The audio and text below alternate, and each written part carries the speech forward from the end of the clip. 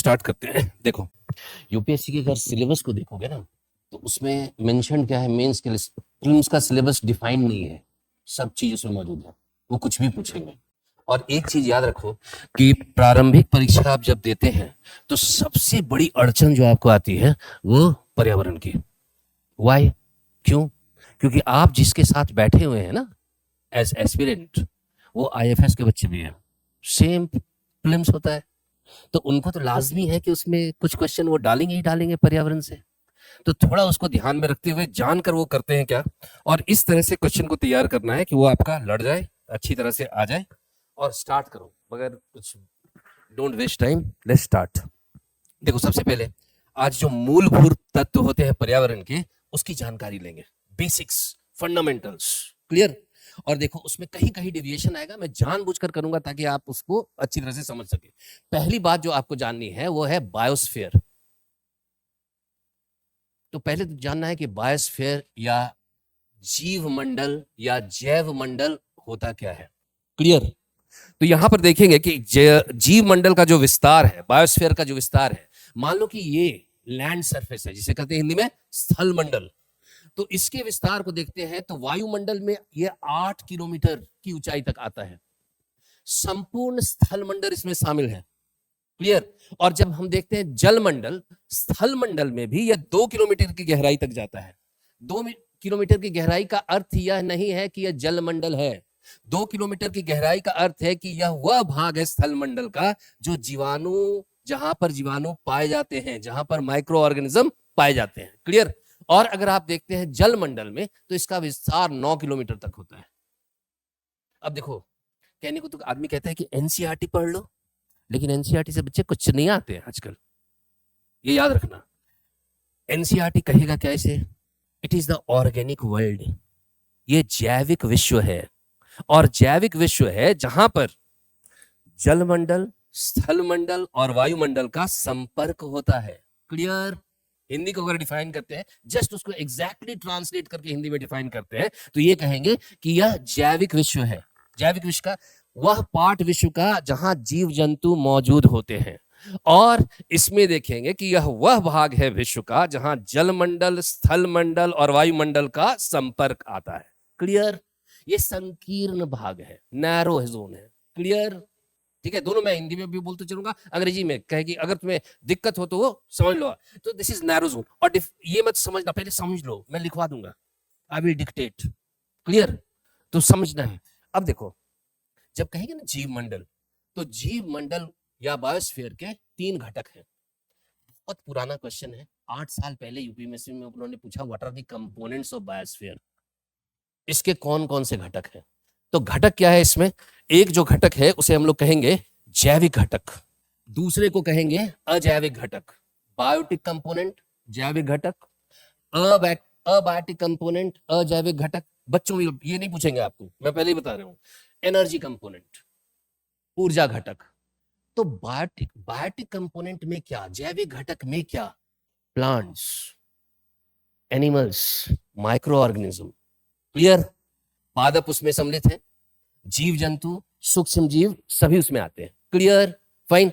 अजैविक घटक में क्या? अजैविक घटक में लिथोस्फीयर, स्थल मंडल, वायुमंडल, जल मंडल, ये सभी उस अजैविक घटक में है।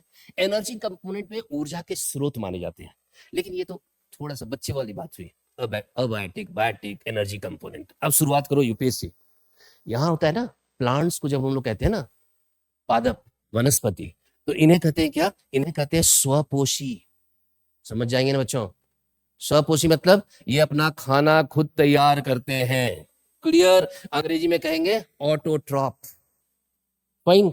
खाना खुद तैयार करते हैं, इसका अर्थ क्या हुआ? ये प्रकाश संश्लेषण की क्रिया करेंगे, और प्रकाश संश्लेषण की जब क्रिया करेंगे तो जैविक पदार्थ का निर्माण करेंगे। जैविक पदार्थ का कौन सा निर्माण करेंगे? ऑर्गेनिक कंपाउंड कौन सा है, ऑर्गेनिक मैटर कौन सा है? पॉलीसेक्राइड, सेल्यूलोज बनाते हैं ये, क्लियर। और वो जाकर पादप के अलग अलग भागों में संचित हो जाता है, it gets stored in different parts of the plant, clear. तो ऐसे करके ये प्रकाश संश्लेषण, इसे कहेंगे भाई अपना भोजन आहार खुद तैयार करते हैं, तो ये है क्या? स्वपोषी, क्लियर। लेकिन क्या सिर्फ पादप ही स्वपोषी है? बताओ बच्चों, are plants only autotrophs? No. Clear? अब देखो यहां से थोड़ा दिमाग घुमाना है। नो, क्या क्या है? algae, ये भी होते हैं। हिंदी में क्या कहेंगे इसे? शैवाल। क्लियर? कुछ बैक्टीरिया, सभी नहीं, कुछ जीवाणु। क्लियर? जैसे साइनोबैक्टीरिया, फाइन, फोटोसिंथेसिस परफॉर्म करते हैं। यही नहीं, algae, modified root, modified vegetative parts. Modified vegetative parts का मतलब है कि वनस्पति के वो भाग जो रूपांतरित हो गए हैं। जैसे मान लो मनी प्लांट देखे हो ना, मनी प्लांट तो देखिए, मनी घर में रहता है तो प्लांट लगाना जरूरी है, मनी प्लांट, तो उसके कुछ रूट्स को देखना कि वो ऐसे ही टंगे रहते हैं। अगर आप दिल्ली जैसे शहर में बजट में आईएएस की तैयारी करना चाहते हैं तो इस वीडियो को एंड तक जरूर देखना। ये है बनो आईएएस। इसको रन करने वाले हैं UPSC qualified ex civil servant and Jamia RCA alumni. यहाँ की फैकल्टी को ना केवल यूपीएससी एग्जाम का एक्सपीरियंस है बल्कि पढ़ाने का भी सालों का एक्सपीरियंस है। ये एक्सपर्ट फैकल्टी हर टॉपिक को अच्छे से एक्सप्लेन करते हैं, उसके बाद हर टॉपिक को डिक्टेट करते हैं ताकि आपके पास अपने खुद के हैंड रिटन नोट्स हो। साथ ही क्लास में प्रीलिम्स और मेंस के प्रीवियस ईयर क्वेश्चन को सॉल्व किया जाता है और डिस्कस भी किया जाता है। यहाँ पे आपको सिविल सर्वेंट्स जैसे कि आईएएस, आईआरएस और एक्स सिविल सर्वेंट्स साथ के साथ जामिया आरसी के एलुमनाइज आपको पर्सनल मेंटरशिप देते हैं। डेली आंसर राइटिंग जो कि सारे टॉपर्स रिकमेंड करते हैं, इस पर यहाँ पे बहुत फोकस किया जाता है जो कि बाकी कोचिंग्स में नहीं होता है। इसके साथ ही आपको मिलती है प्रीलिम्स और मेंस की टेस्ट सीरीज जो आपको एग्जाम के लिए रेडी करती है। यहाँ के अगर हाईलाइट्स की बात करें तो स्मॉल बैच साइजेस जिसमें 60 स्टूडेंट्स होते हैं और जीएस कोर्स के साथ आपको एसए और सीसाइट की क्लासेस भी होती है जिसके लिए आपको अलग से पे करने की जरूरत नहीं है। और ये लोकेटेड है सुखदेव विहार मेट्रो स्टेशन के बिल्कुल सामने। तो देर किस बात की, आज ही स्टार्ट करें और अपने यूपीएससी के सपने को साकार करें। थैंक यू फॉर वॉचिंग बनो आईएएस।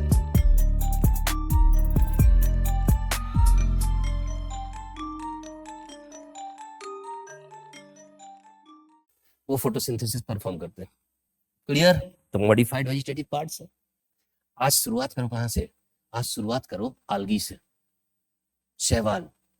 शैवाल कितने प्रकार के होते हैं? यूपीएससी में क्वेश्चन क्या क्या पूछ सकता है शैवाल पर, और जानना है आपको बच्चों क्या डायटम किसे कहते हैं। अब लेवल आओ यूपीएससी के, ये तो मैंने बेसिक कहा, कुछ आत्मविश्वास के लिए, ठीक है, बेसिक कहा। तो शैवाल कितने प्रकार के होते हैं? कौन कौन से शैवाल आपको जानने हैं? जैसे ब्राउन algae क्या है, रेड algae क्या है, कप्पा फाइकस क्या है, डायटम किसे कहते हैं, यहां से यूपीएससी की शुरुआत होगी। क्लियर? समझ गए? और कहीं भी बच्चों तुम्हें दिक्कत होती है, raise your hand, you have paid the fees, you have the right to ask me question any time. आपको हक है पूछने का। क्लियर? जहां नहीं समझ आ रहा है अब लिखें, कुछ जरा हाथ का प्रैक्टिस करें। शुरुआत लिखें, इंग्लिश में भी लिख लोगे बायोस्फीयर, और हिंदी में मैंने बता दिया है जीव मंडल या जैव मंडल दोनों ही चलता है।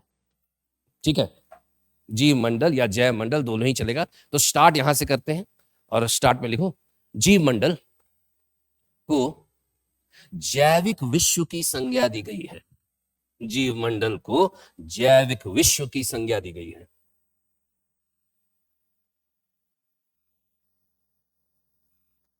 विश्व की संज्ञा दी गई है।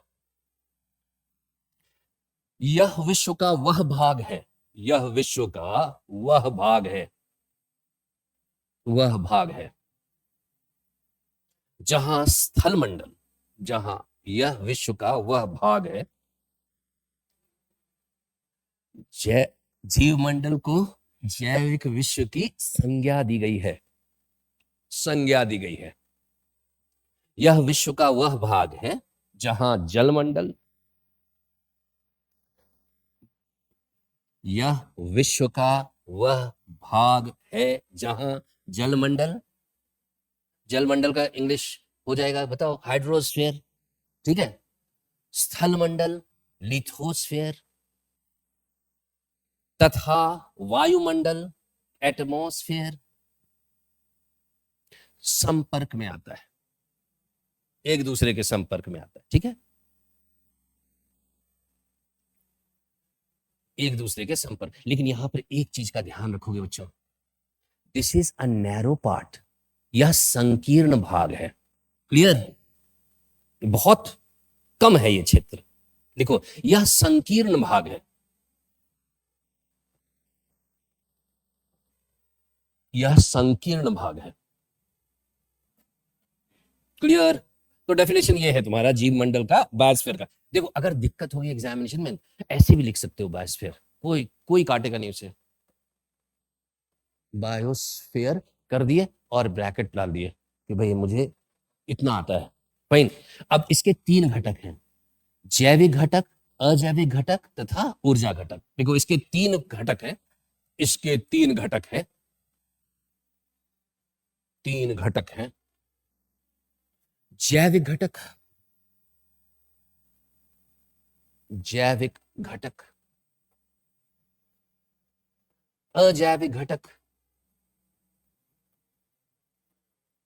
एवं ऊर्जा घटक। Biotic component, abiotic component and energy component. Clear? ठीक है। 3। अब देखो स्टार्ट हम लोग करते हैं यहां से, थोड़ा इसमें डिविएट करेंगे और अच्छी तरह से इस बहुत चीजों को देखेंगे यहां पर। ठीक है। देखो जैविक घटक में पादप, जानवर एवं सूक्ष्म जीव सम्मिलित हैं। लिखे जैविक घटक में, जैविक घटक में पादप, जानवर एवं सूक्ष्म जीव सम्मिलित है, एवं सूक्ष्म जीव सम्मिलित है। माइक्रो ऑर्गेनिज्म जिसे अंग्रेजी में आप कहते हैं। क्लियर? सूक्ष्म जीव सम्मिलित है। फाइन। अब देखो आगे बढ़ना है यहां पर। पादप, तुम्हें क्या बताया गया है? पादप स्वपोषी होते हैं। और स्वपोषी ये सब बच्चों वाली बात नहीं लिखना है कि अपना आहार तैयार करते हैं, वो प्रकाश संश्लेषण, आप जानते हो ये। ठीक है, उसे स्किप करो, वो तो तुम्हारे दिमाग में बैठा हुआ है। देखो पादप स्वपोषी होते हैं, पादप स्वपोषी होते हैं, स्वपोषी होते हैं। इंग्लिश में इसे कहते हैं ऑटोट्रॉप, स्वपोषी होते हैं। क्लियर? प्रकाश संश्लेषण की प्रक्रिया करते हैं। प्रकाश संश्लेषण में किस चीज का इस्तेमाल होता है? क्लोरोफिल का इस्तेमाल होता है। लेकिन कौन सा गैस एटमॉस्फेयर से इस्तेमाल किया जाता है बताएं? CO2। क्लियर? वाटर का इस्तेमाल होता है ना? और बनते हैं क्या? ऑर्गेनिक मैटर, कार्बन कंपाउंड, जैसे पॉलीसेकेराइड, सेल्यूलोज। ये बचपन में आप पढ़े हैं, थोड़ा सा 7वीं 8वीं जो पढ़े उसे रिवाइज कर लो। ठीक है, लेकिन ध्यान में रखो इसे। अब देखो यहां पर थोड़ा सा आगे बढ़ना बच्चों। प्रकाश संश्लेषण की प्रक्रिया सिर्फ पादप नहीं किया करते, कई जीवाणु, शैवाल तथा रूपांतरित वनस्पति के भाग प्रकाश संश्लेषण की प्रक्रिया करते हैं। क्लियर? और वहीं से शुरू होगा कि शैवाल हम लोग अलग अलग तरह के देख लेंगे एक साथ, ताकि यूपीएससी के लिए तैयारी वहीं पर हो जाए। जैसे मान लो तुम्हें पूछा जाए कि रेड अलगी, इंडिया में कितने प्रकार के अलगी पाए जाते हैं कोस्टल एरिया में, तो एक चीज का ध्यान रखें बच्चों, 900 से अधिक प्रजातियां शैवालों की तटीय क्षेत्र में भारत के मौजूद हैं। क्लियर? नेक्स्ट क्वेश्चन, अगर यह पूछा जाए कि किस राज्य में के तटीय क्षेत्र में सबसे अधिक शैवालों की प्रजातियां तटीय क्षेत्र में मौजूद हैं? तमिलनाडु। क्लियर? 300 से मोर देन 300। कौन कौन से शैवाल हमें जानने चाहिए? एक है जिसे कहते हैं रेड अलगी, लाल शैवाल। और लाल शैवाल को देखेंगे, रेड अलगी से बनाया जाता है अगर स्टिक्स, अगरबत्तियां। क्लियर? दूसरा कहते हैं ब्राउन अलगी। ब्राउन अलगी क्या है भाई? तो ब्राउन अलगी एक किस्म का अलगी है जिससे लिक्विड फर्टिलाइजर बनाए जाते हैं। कहीं यूपीएससी में पूछ दे। क्लियर? तो लिक्विड फर्टिलाइजर बनाए जाते हैं ब्राउन अलगी से। और ब्राउन अलगी थोड़ा सा इनहेंस कर लेंगे नॉलेज को।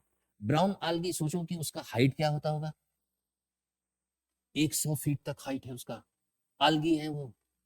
देखो ये समुद्री तट है ना, मान लो this is the coastal area, ये पानी है, ये जल है, ये स्थल है। क्लियर? यहां इस क्षेत्र में जाएंगे अंडरग्राउंड, अंडर वाटर, तो आप देखेंगे बड़ी बड़ी ब्राउन अलगी मौजूद है। और ये एक अंडर वाटर फॉरेस्ट, मतलब जलमग्न वन निर्मित करते हैं। और जिस जलमग्न वन को ये निर्मित करते हैं उसे कहते हैं केल्प फॉरेस्ट। तो कहीं पूछे कि केल्प फॉरेस्ट किससे बना हुआ है, तो ये मतलब कि ना पाइन फॉरेस्ट से बना हुआ है, ब्राउन अलगी। क्लियर? तटीय क्षेत्र में केल्प फॉरेस्ट किससे बना हुआ है? ब्राउन अलगी। फाइन। और देखो एक अलगी है, सभी अलगी को कर देता हूं, उसका सिलसिलेवार रूप से देखेंगे आप। एक अलगी जो है उसे हम लोग कहते हैं डायटम्स। यूपीएससी में क्वेश्चन पूछा है डायटम्स में। Food chain. देखो अलगी सारे के सारे प्राइमरी प्रोड्यूसर से प्राथमिक उत्पादक मतलब स्वपोषी है। क्लियर? प्रकाश संश्लेषण की प्रक्रिया करेंगे वो। क्लियर? तो सारे algae, तो पहला एक है रेड algae, दूसरा मैंने कहा ब्राउन algae, तीसरा algae जो है वो है डायएटम। डायएटम का मतलब है, डाई मतलब होता है दो, ठीक है। तो यहां दो कवच इन शैवालों में मौजूद है, तो चूंकि दो कवच शैवालों में मौजूद है इसीलिए इसे कहते हैं डायएटम। क्लियर? और 1,00,000 इसके आकार होते हैं, 1,00,000 शेप्स। डायएटम को जीवित रहने के, मछलियों को देखें, छोटी छोटी मछलियों को, वो डायएटम को खाते हैं, ठीक है। तो मछलियों को देखेंगे डायएटम को खाते हैं, और उसके बाद वो मछलियां दूसरी मछली उसको खाएंगे, तो एक आहार श्रृंखला का निर्माण होगा, जहां पर प्राथमिक उत्पादक क्या है? प्राथमिक उत्पादक डायएटम है। प्रकाश संश्लेषण की प्रक्रिया कौन किया? डायएटम के। क्लियर? एक चीज याद रखना बच्चों कि शैवाल को ही कहा जाता है सी वेजिटेबल्स, ठीक है। शैवाल को अगर कंफ्यूजन हो जाए कभी कि सी algae, सी वेजिटेबल्स क्या है, तो उन्हें ही कहा जाता है कि जो सागरों में मौजूद सब्जियां हैं, दैट इज नथिंग बट शैवाल। क्लियर? तो कभी भी अगर पूछे, गलती से भी पूछ दे, तो be prepared for that. Diatoms के लिए, डायटम्स के उत्तर जीवन के लिए, उसके सर्वाइवल के लिए दो कंडीशन, दो शर्त मौजूद है, होनी चाहिए। एक तो सूर्य प्रकाश, क्योंकि प्रकाश संश्लेषण की प्रक्रिया करते हैं। दूसरा जल, क्योंकि वो उसी स्थान पे रहेंगे जहां पर जल मौजूद है। क्लियर? तो ये थोड़ा सा जानिए। तो फर्स्ट रेड algae क्या चीज के लिए? अगर स्टिक्स बनाते हैं। ब्राउन algae लिक्विड फर्टिलाइजर बनाते हैं। और केल्प फॉरेस्ट किसका बना हुआ है? किस प्रकार के algae का? Brown algae। थर्ड डायटम्स, मैं बता रहा हूं, डायटम्स आर सिंगल सेल, एकक कोशिका वाले शैवाल हैं, और दो कवचनुमा संरचना इन पर मौजूद होती है, इसीलिए उसे कहते हैं डायटम्स। दो शर्तें उनके उत्तर जीवन के लिए अनिवार्य है, एक है सूर्य प्रकाश और दूसरा है जल। क्लियर? जल बगैर उसके रही नहीं। प्रकाश संश्लेषण की प्रक्रिया करते हैं प्राथमिक उत्पादक हैं। 1,00,000 इसके आकार है। क्लियर? 1,00,000 इसके आकार है। नैनो टेक्नोलॉजी में जल का विशुद्धिकरण डायटम की मदद से किया जा सकता है। आगे बढ़ जाओ उसमें थोड़ा सा डायटम में। क्लियर? तो ये थोड़ा सा जानेंगे। पहले तो ये इन शैवालों का है, उनके बाद एक शैवाल को देखेंगे जिसको हम लोग कहते हैं ज़ुक्सैंथिले। थोड़ा धीरे धीरे, ये याद हो गया ना बोलते बोलते? ज़ुक्सैंथिले, अज़ुक्सैंथिले, और उसके बाद देखेंगे अलग अलग टाइप्स ऑफ कोरल्स किसको कहते हैं। क्लियर? तो आज थोड़ा इस पर चर्चा करेंगे बच्चों, बहुत जरूरी है, और ये सभी क्वेश्चन में आ रहे हैं। जैसे तुम्हें क्या जानना है आज? Polymetallic nodules, chemosynthesis, gas hydrates, ये सारा निपटा दूंगा आज। क्लियर? ताकि आप, और कल से आप करेंगे क्या, ये जो चीजें हैं ना पढ़ाई गई, उनको जाकर घर में देखेंगे प्रेम पूर्वक और याद रखेंगे, क्योंकि कल 5 क्वेश्चन आपको क्लास में मैं पूछूंगा, आपके व्हाट्सएप में नंबर में आ जाएंगे क्वेश्चन, और उसे देखेंगे और बताएंगे मुझे कि क्या सही उत्तर है। 5-6 डेली एक ऑब्जेक्टिव, एक हम लोग सिलसिला उसमें चालू करें कि डेली के डेली 5-6 क्वेश्चन आपको दे दिए जाए, और वो कल से क्या करेंगे, 1-2 दिन बाद एक एक कंटेम्प्रेरी इशू क्लास में डेली एनवायरनमेंट का। ठीक है? सबसे ज्यादा तकलीफ क्या देता है बताऊं पर्यावरण में? जब वो जैव विविधता के क्वेश्चन पूछते हैं, एस्पिरेंट्स को पता ही नहीं चलता है क्वेश्चन कहां से आए। तो कुछ ना कुछ एक, हर दिन एक एक प्रजाति के बारे में जानकारी होनी चाहिए। जैसे ग्रेट इंडियन बस्टर्ड क्वेश्चन है आपका। क्लियर? मान लो ओलिव रिडले टर्टल क्वेश्चन है आपका। तो ये सब के बारे में हर दिन एक एक प्रजाति के बारे में, तो मान लो मैं अगर कुछ दिन आपके साथ हूं तो अपनी प्रजाति आप जान लेंगे, उसके बाद आपको एक मार्ग मिल जाएगा कि कहां से इकट्ठा करना है। मैं क्लियर? लास्ट लाइन क्या लिखा है बच्चों आपने बताएं? स्वपोषी होते हैं। ठीक है? पादप के अलावा, पादप के अलावा ये लिखा है आपने ना? नहीं, पादप के अलावा शैवाल, शैवाल कुछ जीवाणु, कुछ जीवाणु रूपांतरित, रूपांतरित वनस्पति के भाग, रूपांतरित वनस्पति के भाग भी प्रकाश संश्लेषण की प्रक्रिया, रूपांतरित वनस्पति के भाग भी प्रकाश संश्लेषण की प्रक्रिया करते हैं, भी प्रकाश संश्लेषण की प्रक्रिया करते हैं। रूपांतरित वनस्पति के भाग भी प्रकाश संश्लेषण की प्रक्रिया करते हैं। लेकिन तुमने पूछा ही नहीं कि इसका एग्जाम्पल क्या होगा सर, लिखा रहे हो आप बगैर समझाए हुए। देखो, कुछ ऐसे प्लांट होते हैं जिसको कहा जाता है वीक स्टेम्ड प्लांट, कमजोर तने वाले पौधे, जैसे टाइनसपुरा है, जैसे मनी प्लांट है। तो ये क्या करेंगे, दूसरे प्लांट पे चढ़ सकते हैं मैकेनिकल सपोर्ट के लिए, और उनके जो जड़ें हैं वो हवा में लहराएंगे और प्रकाश संश्लेषण की प्रक्रिया करेंगे। क्लियर? तो रूपांतरित जड़ें प्रकाश संश्लेषण की प्रक्रिया कर रही है, तो इसीलिए लिखा है मैंने रूपांतरित वनस्पति के भाग। क्लियर? अब आगे बढ़े, और यहां पर यह भी याद रखें कि पादप को न केवल स्वपोषी कहा जाता है बल्कि प्राथमिक उत्पादक भी। देखिए, पादप प्राथमिक उत्पादक भी है, पादप प्राथमिक उत्पादक भी है, प्राइमरी प्रोड्यूसर्स। क्लियर? प्राथमिक उत्पादक भी है। अब आगे बढ़ो, और यहां थोड़ा सा देखना है तुम्हें कि कितने तरह के शैवाल हैं। शैवाल कई तरह के हैं। एक मैंने बताया आपको, लाल शैवाल, रेड algae, और एक चीज जाने कि तटीय क्षेत्र में कभी कभी लाल शैवाल जो है उनकी संख्या बहुत अधिक बढ़ जाती है। और बहुत अधिक बढ़ने का कारण क्या है कि मान लो ये तटीय क्षेत्र है, ये जल है, और यहां से नदियां आ रही हैं। नदियां क्या करती हैं, अवसाद को लाती हैं अपने साथ। अवसाद समझते हैं ना, सेडिमेंट्स। क्लियर? अवसाद को लाती हैं अपने साथ और अवसाद को निक्षेपित करती हैं। निक्षेपित समझते हो ना, डिपॉजिट करते हैं। तो अवसाद में क्या है ना, न्यूट्रिएंट है, पोषक तत्व है। तो जब अवसाद में पोषक तत्व मौजूद है और यहाँ पर उनकी संख्या बढ़ेगी, तो शैवाल जो यहाँ पर मौजूद है वो पोषक तत्व को ग्रहण करके बहुतेक मात्रा में आगे बढ़ते हैं। और जब लाल शैवाल इस तरह से बढ़ते हैं तो उस जगह का जल आपको लाल प्रतीत होगा, तो उसे कहा जाता है रेड टाइड। क्या कहते हैं, रेड टाइड। लेकिन यह कोई टाइड है ही नहीं, यह सिर्फ लाल शैवाल जो है बहुतेक मात्रा में बढ़े हुए हैं। कारण है उसका अवसादों का निक्षेपण, जो नदियों के द्वारा लाया जाता है ताकि पोषक तत्व की मात्रा इस क्षेत्र में अधिक से अधिक बढ़ जाए। Is that clear? क्लियर? अब लिखो, शैवाल कई प्रकार के होते हैं।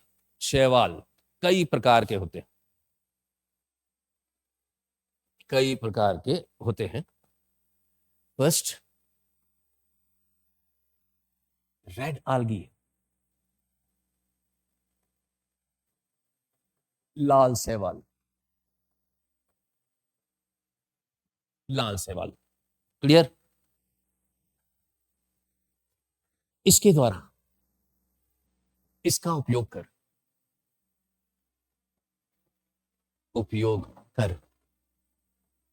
अगरबत्ती का निर्माण होता है, अगरबत्ती बनाए जाते हैं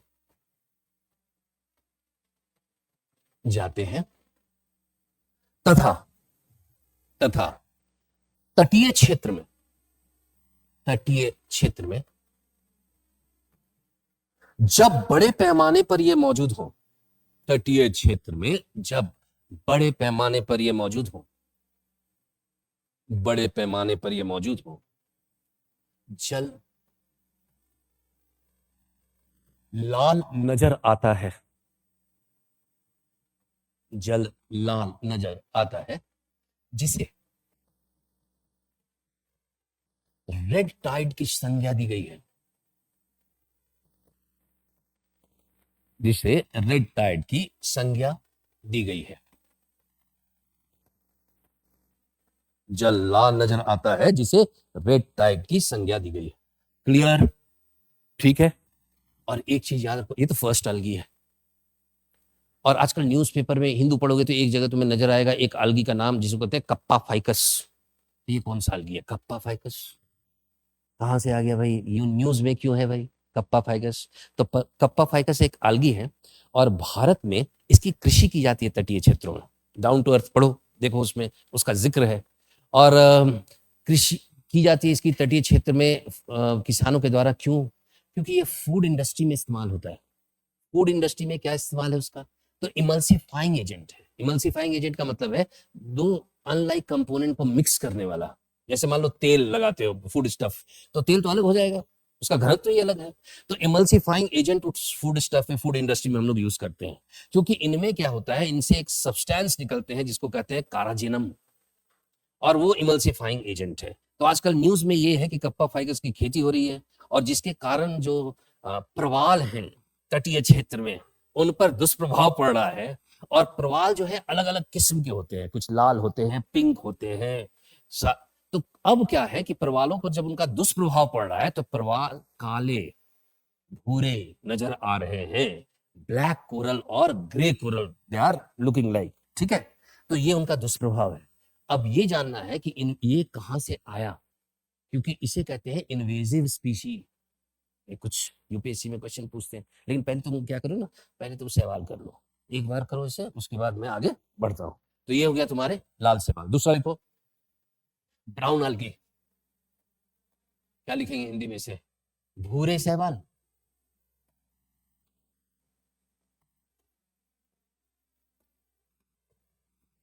ब्राउन अलगी, इसका उपयोग उर्वरक बनाने के लिए किया जाता है। इसका उपयोग उर्वरक बनाने के लिए किया जाता है। इसका उपयोग उर्वरक बनाने के लिए किया जाता है। उर्वरक, फर्टिलाइजर। तुम, इसीलिए मैंने तुम लोगों से पूछा, तुम लोग हिंदी जानते हो ना अच्छी तरह से। क्लियर? तो सारे शब्द आपको याद होने चाहिए, क्योंकि देखो बच्चों, सब चीज कर लोगे, मेंस भी पास कर लोगे, मान लो इंटरव्यू में क्या करोगे, जब सामने वो बूढ़े बूढ़े बैठे रहेंगे आपके सामने और वो दागेंगे क्वेश्चन आपको, तब तो पता चल जाएगा कि हिंदी कितनी आती है आपको। तो शब्दावली पे ध्यान देंगे। मैं हिंदी आज तक पढ़ा ही नहीं, नो, नेवर आई स्टडीड, समझे।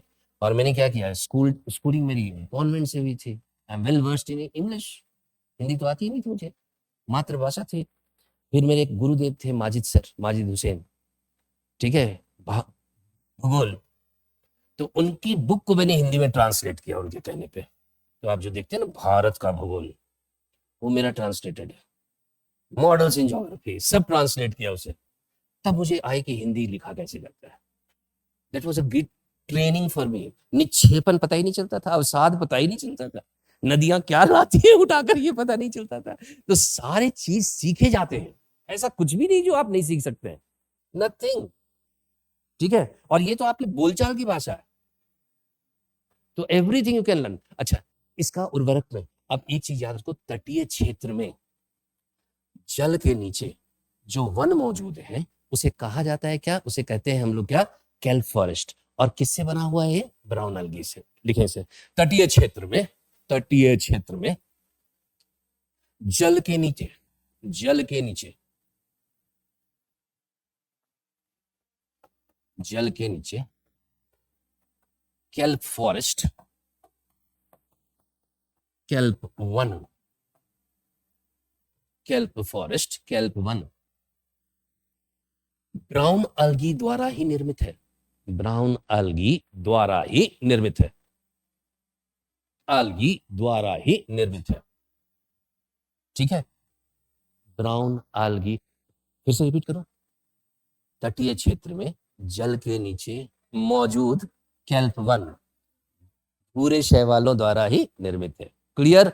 लेकिन ये याद रखो बच्चों कि शैवाल कह रहे थे, इसका ये मतलब नहीं है कि छोटे होंगे वो, ये इनकी ऊंचाई कई फीट लंबी होती है। लिखिए, इनकी ऊंचाई, इनकी ऊंचाई कई फीट लंबी होती है, इनकी ऊंचाई कई फीट लंबी होती है। क्योंकि एग्जैक्ट कहना मुश्किल है, कहीं 100 फीट, कहीं 40 फीट लिखते हैं वो, ठीक है। तो इसलिए आप उसमें बचे, कई फीट लंबी होते हैं, फाइन। और एक चीज याद रखो कि भूमंडलीय तपन के कारण, तापन के कारण इन पर दुष्प्रभाव पड़ रहा है। देखिए, भूमंडलीय तापन के कारण, भूमंडलीय तापन, ग्लोबल वार्मिंग, भूमंडलीय तापन के कारण इस पर दुष्प्रभाव पड़ रहा है, इस पर दुष्प्रभाव पड़ रहा है, फाइन, दुष्प्रभाव पड़ रहा है, ठीक है बच्चे। अब देखो आगे बढ़ो, इसे कंप्लीट करो पूरा। थर्ड जो तुम्हारा आता है ना, वो क्या आता है, थर्ड डायटम्स। चर्चा की है ना डायटम्स की, तो डायटम्स के बारे में हम लोग थोड़ा सा जानकारी लेंगे। तो तीसरा है थर्ड, डाई एटम। अच्छा देखो, वर्ड्स का ख्याल रखना है, क्योंकि ऑब्जेक्टिव टाइप क्वेश्चन में they will try to confuse you every time words, जानबूझकर वो आपको छेड़ेंगे। तो एक चीज याद रखना है, पहली बात यहां पर क्या है, ये एकल कोशिका वाले शैवाल हैं, सिंगल सेल आल्गी। क्लियर? इसमें दो कवचनुमा संरचना है, इसीलिए कहेंगे डाई। डाई मतलब ही दो। क्लियर? दो कवचनुमा संरचना है, डायटम। ये प्राथमिक उत्पादक है, वो आप जानते हैं क्योंकि आपने पहले लिखा है कि वो स्वकोशी है। ये प्राथमिक उत्पादक है और आहार श्रृंखला के नीचे स्थित है। क्लियर? दो चीज है इनके लिए अनिवार्य शर्त है, एक है सूर्य प्रकाश और दूसरा है जल। क्लियर? और एक चीज याद रखो बच्चों, वो जो होता है ना, जैसे सूखे पत्ते होते हैं, तो उसे क्या कहेंगे? उसे हिंदी में हम लोग कहते हैं, इंग्लिश में कहेंगे बायोमास, हिंदी में कहते हैं जैव मात्रा। ठीक है? जैव मात्रा, ऑर्गेनिक, ड्राई ऑर्गेनिक वेट है तो उसे कहते हैं बायोमास या जैव मात्रा। तो 1/4 जैव मात्रा विश्व का किससे बना हुआ? डायटम से। इसका मतलब क्या हुआ स्टेटमेंट का? स्टेटमेंट का मतलब है कि वो बहुत एक मात्रा में मौजूद है। क्लियर? बहुत एक मात्रा में मौजूद है। और ये आपको याद रखिए, नैनो टेक्नोलॉजी में इसके द्वारा जल का विशुद्धिकरण भी किया जाता है। इनके 1 लाख आकार है, बहुत है। तो यूपीएससी में कोई भी क्वेश्चन आपको घुमा फिरा कर भी पूछेगा तो भी आप उसे आंसर कर देंगे डायटम में। क्लियर? देखिए डायटम एकल कोशिका वाले, एकल कोशिका वाले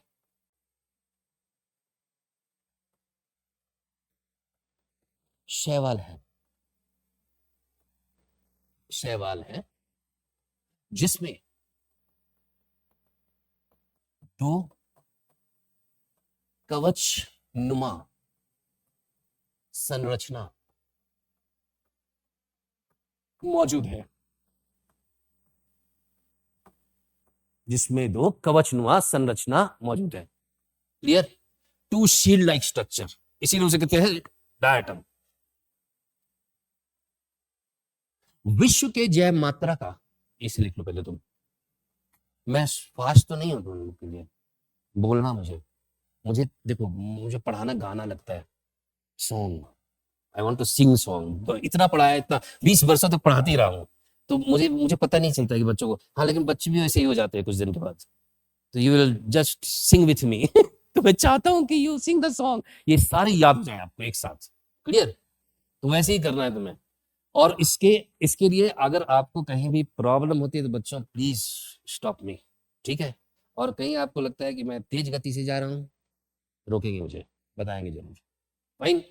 तो ये एकल कोशिका वाले शैवाल हैं जिसमें दो कवचनुमा संरचना है। विश्व के जैव मात्रा का, विश्व के जैव मात्रा, इसे करना, इसे तुम एक चीज करना, इसके इंग्लिश भी लिख लो साथ में, बायोमास। विश्व के जैव मात्रा का 1/4 हिस्सा, की जैव मात्रा का 1/4 हिस्सा, 1/4, 1/4 हिस्सा डाई एटम द्वारा ही निर्मित है, डाई एटम द्वारा ही निर्मित है, डाई एटम द्वारा ही निर्मित है। क्लियर? फाइन? अब देखो आगे क्या जानना है, ये जानना है कि इसके लिए दो चीजें आवश्यक है, सूर्य प्रकाश और जल। देखिए इसके लिए सूर्य प्रकाश और जल अनिवार्य है, इसके लिए सूर्य प्रकाश और जल अनिवार्य है, और जल अनिवार्य है।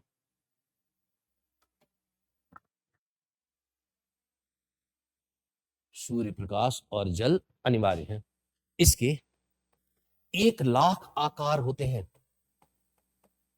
इसके 1 लाख आकार होते हैं, शेप्स, 1 लाख आकार होते हैं। तथा नैनो प्रौद्योगिकी में, तथा नैनो प्रौद्योगिकी में, प्रौद्योगिकी में इसका उपयोग, नैनो प्रौद्योगिकी में इसका उपयोग जल विशुद्धिकरण के लिए किया जाता है। नैनो प्रौद्योगिकी में इसका उपयोग जल विशुद्धिकरण के लिए किया जाता है, जल विशुद्धिकरण के लिए किया जाता है। जल विशुद्धिकरण,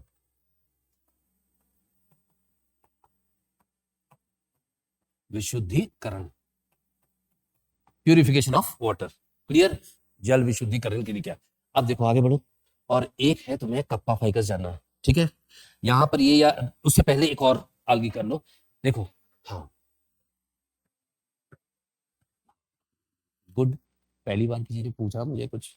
देखो मान लो दिस इज द एटम, ठीक है। इसका इनर कंटेंट जो होता है ना, इसके अंदर सिलिका मौजूद है, ठीक है। अच्छा, ये बोतल लिया, कंटेमिनेटेड वाटर है, दूषित जल है, इसमें मैग्नीशियम मौजूद है मान लो। तो जैसे ही ये उसमें जाएगा ना डायटम, तो क्या होगा, मैग्नीशियम इसके अंदर आ जाएगा, सिलिका बाहर चला जाएगा। तो प्रोसेस जो है उसे कहते हैं सिलिका रिप्लेसमेंट। लेकिन यूपीएससी वहां तक नहीं जाएगी। सिर्फ ये याद रखना है कि आपको जल विशुद्धिकरण के लिए, नैनो प्रौद्योगिकी में जल विशुद्धिकरण के लिए इसका बता दिया आपको, लेकिन वहां तक जाएगी नहीं यूपीएससी। आप बस ख्याल रखें इसका कि ये ऐसे करना है, वहां तक नो। क्योंकि क्वेश्चन भी देखो ना, उन्होंने क्या पूछा है, आप सिंपल सिंपल क्वेश्चन पूछा है। देखो बच्चों, ये अगर सोच के रहोगे कि मैं एनसीईआरटी पढ़ लूंगा उसके यूपीएससी हो जाएगी, नो वे, नहीं होगा। ये सोचोगे कि मैं आराम आराम से कर लूंगा यूपीएससी, नो वे। क्योंकि देखो कंपटीशन किसके साथ है तुम्हारी, फाइन, तो मेहनत तो करना पड़ेगा। थोड़ा सा ध्यान रखना है बच्चों। ये हो गया तुम्हारा, आगे बढ़ो। एक ध्यान, अब यहाँ पर देखो, एक होता है कोरल्स। कोरल्स देखा है आपने? नहीं देखा होगा। तटीय क्षेत्र में पाया जाता है, सागरों में मिलते हैं कोरल। खास करके सागर में कहाँ मिलते हैं कोरल, ये देखना है आपको। देखो, सबसे ज्यादा कोरल आपको मिलेंगे कॉन्टिनेंटल शेल्फ में। ये है ना जल पूरा, ओशियंस, तो ये है कॉन्टिनेंटल शेल्फ। ये दरारें जो अंदर है ना, इसे कहते हैं कॉन्टिनेंटल, यहाँ पाए जाएंगे कोरल्स। कोरल्स को हिंदी में कहते हैं प्रवाल। और एक होता है प्रवाल भित्ति। तो प्रवाल भित्ति क्या है, सिक्रीशन जो होता है कोरल का, उनसे जो रिसाव होते हैं कैल्शियम कार्बोनेट के, उनसे प्रवाल भित्ति निर्मित होते हैं।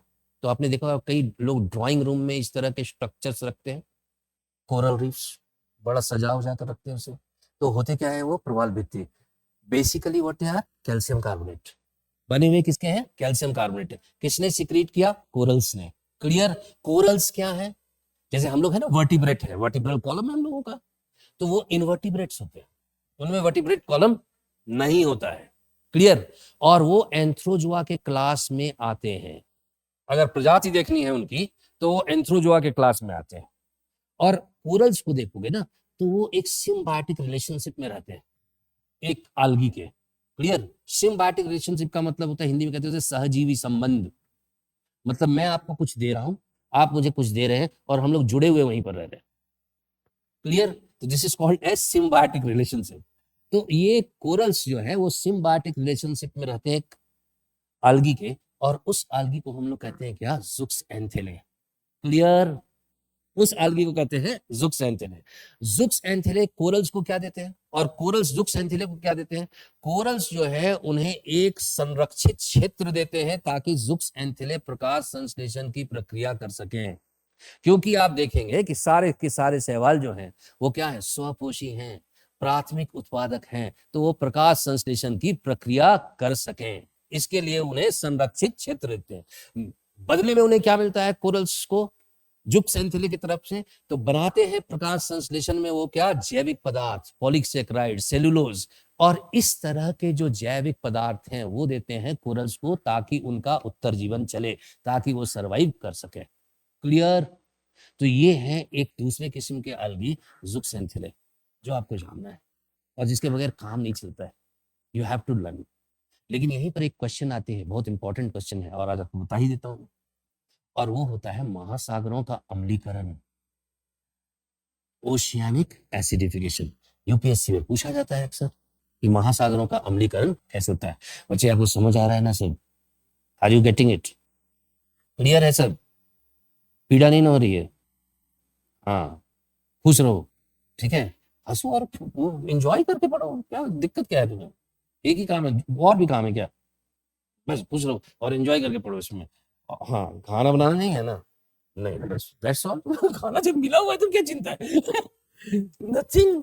तो तो तुम लोग थोड़ा जम के पढ़ो। और देखो, एक मेरे मेरे लिए एक बहुत बड़ी मेरा हिंदी मीडियम से जुड़ा बहुत पुराना है, पारिस्थितिकीय विज्ञान, पारिस्थितिक तंत्र, लेकिन हाँ एक्सपीरियंस है हिंदी का। तो बस एक बार देखना है आपके लिए। और हिंदी में क्या प्रॉब्लम है ना, आपको किया जाता है गुमराह। जितने भी ये सो कॉल्ड शिक्षक गण हैं फेमस, वो यूपीएससी पढ़ाते नहीं हैं। किन्हीं को मनोहर कहानियां अच्छी लगती है, मैं वही बता रहा हूं ना। आपके साथ हिंदी मीडियम के लड़के होते हैं जुझारू, गांव से आते हैं वो, ठीक है, और उनमें वो जज्बा होता है कि वो क्वालिफाई कर जाएंगे। लेकिन क्या होता है कि आते के साथ जैसे जल्दी आते हैं, उन्हें पढ़ा शुरू करता है अंतरराष्ट्रीय संबंध। 100 घंटे अंतरराष्ट्रीय संबंध, जिससे 2 क्वेश्चन आपको आने वाले हैं मेंस एग्जामिनेशन में। करेंगे क्या आप बताएं? 100 आवर्स बेचारा, और इतना नोट्स दिखाने के लिए दोस्तों को इतना पढ़ाया, जानते हो। टू हेल विद इट, ये तो आपको बर्बाद कर दिया। ठीक है, जो चीज आपको पढ़ानी चाहिए, और एकदम रोचक कहानियां, कि टीचरों को कहानी में रुचि है। अरे आई जस्ट अमेज्ड। अरे पढ़ाओ नहीं, कराओ नहीं तैयारी, कहानियों में रुचि मत रखो। और भाषा कुछ की ऐसी कि लगता ही नहीं कि यूपीएससी के लायक है वो। तो don't be attracted towards those teachers, ठीक है। तो प्लीज थोड़ा अपने आप में संयम रखो, क्योंकि बच्चे, और इसलिए बच्चों का सिलेक्शन नहीं होता हिंदी मीडियम से, क्योंकि बोझ उन पर लाद दिया जाता है। वरना वो बच्चे हैं जो, अगर मुझे भी अच्छा लगता है हिंदी में कोई अच्छा आंसर लिख कर दे, कोई अच्छी तरह से बोले हिंदी में। I love my language, there's nothing wrong in loving my language। Selection नहीं होता है 1000 में, सिलेक्शन क्या है 30 50, मैक्सिमम 50 60। अभी भी जो भी अच्छी तरह से लिख देगा, मैं दावा करता हूं कि वो क्वालिफाई कर जाएंगे, लेकिन पढ़ते ही नहीं है। क्योंकि पढ़ते नहीं, क्योंकि मटेरियल भी नहीं उनको मिलता है सही, और ऐसे करके कोई पढ़ाएगा भी नहीं आपको। ये तो सूक्ष्म जीव, बैक्टीरिया, वायरस करके पढ़ाएगा, तो आप तो आधा तो वही जान रहे हैं जो इंग्लिश मीडियम वाले जान रहे हैं। प्लीज, तो डोंट डू दैट। अच्छा देखो, चलो ये क्या है, कोरल्स। और कोरल्स क्या है, किस क्लास के हैं? एंथ्रोजोआ, इनवर्टिब्रेट्स हैं। ये एक सहजीवी संबंध में मौजूद है, किसके? एक शैवाल के, जिसे कहते हैं ज़ुक्सेंथेले। क्लियर? ज़ुक्सेंथेले। और ये आपको जाना है नेक्स्ट किस्म का सवाल। मैं उसके बाद एक सवाल कराकर आपको फिर आता हूं कि ओशियानिक एसिडिफिकेशन किसे कहते हैं, क्योंकि कोरल ब्लीचिंग से वो डायरेक्टली संबंधित है। क्लियर? कोरल्स के टाइप को भी आपको देखना है। जैसे आपको पूछें कि स्ट्रेस्ड कोरल किसे कहते हैं, थका हुआ कोरल किसे कहते हैं, तो क्या जवाब दोगे? कि पढ़ लिख कर हार गया, थक गया? No, you have to learn. पता चलना चाहिए आपको कि स्ट्रेस्ड कोरल क्या है, डार्क कोरल क्या है, ग्रे कोरल क्या है, अज़ुक्सेंथेलेट किसे कहते हैं, वो भी कोरल की एक किस्म है। तो खत्म करो इसको आज, पूरे कहानी को आज, 1 by 1, ठीक है। पहले ज़ुक्सेंथेले लिखेंगे, उसके बाद कप्पा फाइकस पे आएंगे, उसके बाद ओशियानिक एसिडिफिकेशन करेंगे, उसके बाद टाइप्स ऑफ कोरल्स करेंगे, ठीक है। स्ट्रेस्ड कोरल्स किसे कहते हैं, ये करते हुए एक सिलसिलेवार रूप से इसे खत्म करेंगे, ताकि कुछ नॉलेज अच्छी तरह से हो जाए। चलो, एक तो मैंने लिखाया है तुम्हें, क्या नेक्स्ट जो आल्गी है उसे कहते हैं ज़ुक्सेंथेले। ये इंग्लिश है, ठीक है। हिंदी में कैसे लिखेंगे? ज़ुक्सेंथेले,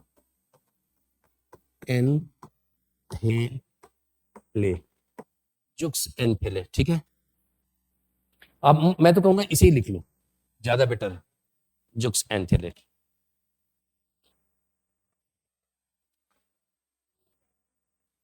बेटा मैं तुम्हें क्या करा रहा हूं अभी बताओ? शैवाल की किस्में करा रहा हूं। उसमें क्या क्या मैंने कराया है? लाल, भूरा, ठीक है, डायटम। चौथा में क्या करा हूं? ज़ुक्सेंथेले। क्लियर? ऑर्डर में हम सब सारे ऑर्डर में आपके, ठीक है। ज़ुक्सेंथेले, तो इसे लिखे, यह शैवाल लिख लिया है, यह शैवाल प्रवाल के साथ, यह शैवाल प्रवाल के साथ, प्रवाल क्या है? कोरल से अंग्रेजी में कहते हैं, प्रवाल के साथ सहजीवी संबंध में, सहजीवी संबंध में मौजूद होते हैं, सहजीवी संबंध में मौजूद होते हैं। क्लियर? और ये सहजीवी संबंध एक्सप्लेन अगर करने बोलता है आपको कभी, तो ये याद रखें कि प्रवाल उनको एक संरक्षित क्षेत्र देते हैं प्रकाश संश्लेषण के लिए, और वो प्रवालों को क्या देते हैं? जैविक पदार्थ। देखिए, प्रवाल उन्हें प्रकाश संश्लेषण हेतु, प्रवाल उन्हें प्रकाश संश्लेषण हेतु एक संरक्षित क्षेत्र देते हैं, संरक्षित क्षेत्र देते हैं, तथा ज़ुक्स एंथेले बदले में, तथा प्रकाश संश्लेषण हेतु एक संरक्षित क्षेत्र देते हैं, तथा ज़ुक्स एंथेले बदले में उन्हें जैविक पदार्थ देते हैं, बदले में उन्हें जैविक पदार्थ देते हैं, जैविक पदार्थ देते हैं। हाँ, जैविक पदार्थ में क्या क्या? देखो, ऑर्गेनिक मैटर होता है कार्बन कंपाउंड, तो ये इन्हें कहते हैं ज़ुक्स एंथेले। आगे बढ़ाएं, और आगे नेक्स्ट जो तुम्हें जानना है वो है कप्पा फाइकस। तो कप्पा फाइकस क्यों फेमस है और यह किस तरह के शैवाल है? फाइन। देखो, एक चीज बच्चों याद रखो कि कुछ प्रजातियों को जो यूपीएससी क्वेश्चन पूछती है आपको, इन्हें कहा जाता है इन्वेजिव स्पीशीज। इन्वेजिव स्पीशीज का मतलब है कि ये प्रजाति आपके यहाँ के है नहीं, ये किसी और देश में किसी और स्थानिक है, वहीं पाए जाते हैं। लेकिन जब आपके यहाँ ये आएंगे तो ये दुष्प्रभाव पर्यावरण पर डालेंगे। तो इसे हिंदी में आप कह सकते हैं आक्रामक प्रजातियां, हमलावर प्रजातियां। इंग्लिश में उसे कहते हैं इन्वेजिव स्पीशीज। 2024 में प्रिलिमिनरी एग्जामिनेशन में उन्होंने क्वेश्चन पूछा कि इन्वेजिव स्पीशीज स्पेशलिस्ट ग्रुप किसके द्वारा निर्मित होता है? तो IUCN बनाती है इसे, international union for conservation of nature. इसका मतलब है इस तरह के जब इन्वेजिव स्पीशी पर वो क्वेश्चन पूछते हैं तो वो लाजमी है कि आने वाले वर्षों में आपसे क्या पूछेंगे कि कुछ इन्वेजिव स्पीशी भारत में जो बहुत चर्चित हैं उन पर प्रश्न डालेंगे आपको। कप्पा फाइकस एक इन्वेजिव प्रजाति ही है शैवाल की। क्लियर? कप्पा फाइकस इन्वेजिव प्रजाति। भारत में ये कहाँ से आया है? भारत में ये आया है जापान से, लेकिन ये कहाँ स्थानिक है? ये स्थानिक है फिलीपींस में। क्लियर? भारत में इसकी कृषि की जाती है तटीय क्षेत्रों में किसानों के द्वारा, क्योंकि इनसे एक पदार्थ निस्सारित होते हैं जिसे कहते हैं काराजेनम। क्लियर? और काराजेनम का इस्तेमाल खाद्य पदार्थ में इमल्सिफाइंग एजेंट के रूप में किया जाता है। लेकिन इसका दुष्प्रभाव क्या है कि प्रवालों पर ये अपना दुष्प्रभाव डाल रहे हैं, और प्रवाल धीरे धीरे जो अलग अलग रंगों के होते हैं, पिंक, लाल, हरे, सब कलर के, वो अब काले प्रवाल में परिवर्तित हो जाते हैं। तो जब आपको क्वेश्चन आएगा what is black corals, black coral is nothing but the impact of invasive species like kappa ficus in the coastal area of India. Clear? अगर पूछता है तो थोड़ा सा ध्यान रखिएगा इस पर, क्योंकि ये डेंजरस क्वेश्चन होगा फिर। चलो, हाँ, आप मुझे, हाँ फाइन, ठीक है। फिफ्थ पॉइंट पे लिखा है नहीं, बस फिफ्थ पॉइंट पे लिखा, एक बार फिर कर देता हूँ, ठीक है। मैं फिफ्थ पॉइंट कर देता हूँ आपको। लो बच्चों, कोई दे दो अपना कॉपी। फिफ्थ पॉइंट में एक डिक्टेट कर देता हूँ आपको, और ये है कप्पा फाइकस। इसमें मैंने लिखा है, थोड़ा शीघ्र लिखे, भारतवर्ष में तटीय क्षेत्र में 900 से अधिक समुद्रीय शैवाल की प्रजातियां मौजूद हैं। इनमें सबसे अधिक 300 से अधिक तमिलनाडु में मौजूद है। भारत के तटीय क्षेत्रों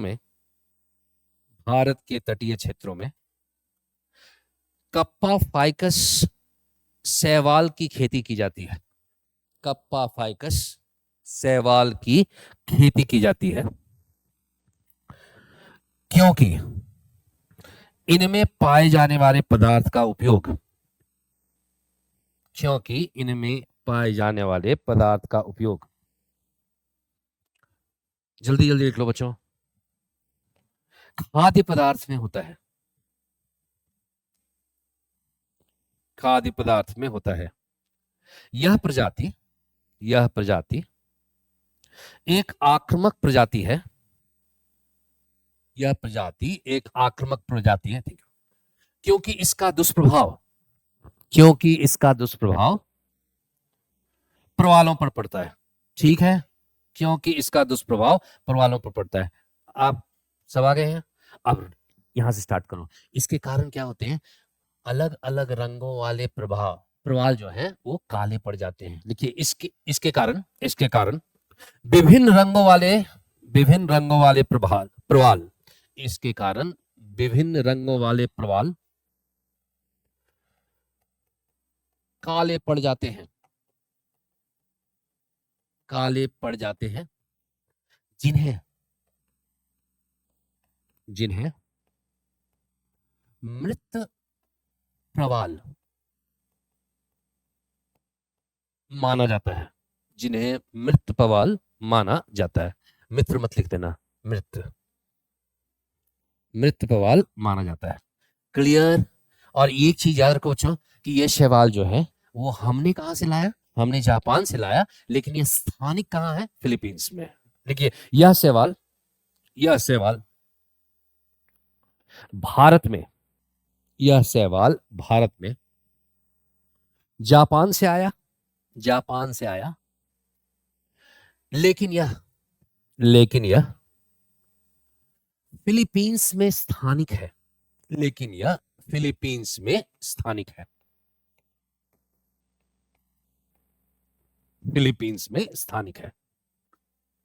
एंडेमिक मतलब होता है स्थानिक, मतलब वहीं पर पाया जाने वाला। क्लियर?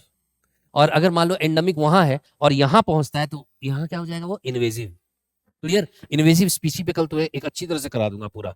क्या क्या है उसमें जानना है। भारतवर्ष में कुछ चीजें हैं जो आपको इन्वेजिव स्पीशी में आपको आनी चाहिए। एक है पार्थेनियम, बहुत न्यूज में रहता है। लांटाना, देखो हिंदू में उन्होंने एक हाथी बनाया लांटाना का और फोटो छाप दिया, मतलब यूपीएससी पूछेगी कभी। ठीक है? वाटर हाइसिंथ, तो ये सब जरूरी है। जूली फ्लोरा, नाम देखो कितना अच्छा है, जूली फ्लोरा, लेकिन इसे कहा जाता है क्या? विलायती कीकर। राजस्थान के जो लोग होंगे ना उन्हें जूली फ्लोरा का बहुत ज्ञात होगा।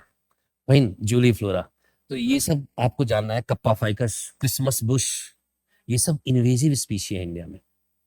जो आपको बेंगलोर है ना सिटी, बहुत अच्छा लगता है कि the garden city of India, अभी उसे कहा जाएगा पार्थेनियम सिटी ऑफ इंडिया, क्योंकि वहां पर एक इन्वेजिव स्पीशी इतना आ गया है कि चारों ओर फैल गया। तो थोड़ा सा इन्वेजिव स्पीशी पर भी डिस्क्रिप्शन हम लोग करेंगे, वो सारा चीज। लेकिन अब थोड़ा सा देखते हैं बच्चों, एक टॉपिक उठाते हैं हम लोग अच्छी तरह से, और वो है ओशियानिक एसिडिफिकेशन। क्योंकि आपने कोरल तो पढ़ लिया है, लेकिन कोरल के अलावा आपको कुछ चीजें जाननी जरूरी है। क्लियर? देखो अच्छी तरह से इसे समझो, लिखना उखना मत, बाद में दिखाऊंगा। ये है ओशियन, महासागर। क्लियर? और महासागर को कहा जाता है क्या? इसको कहते हैं कार्बन सिंक।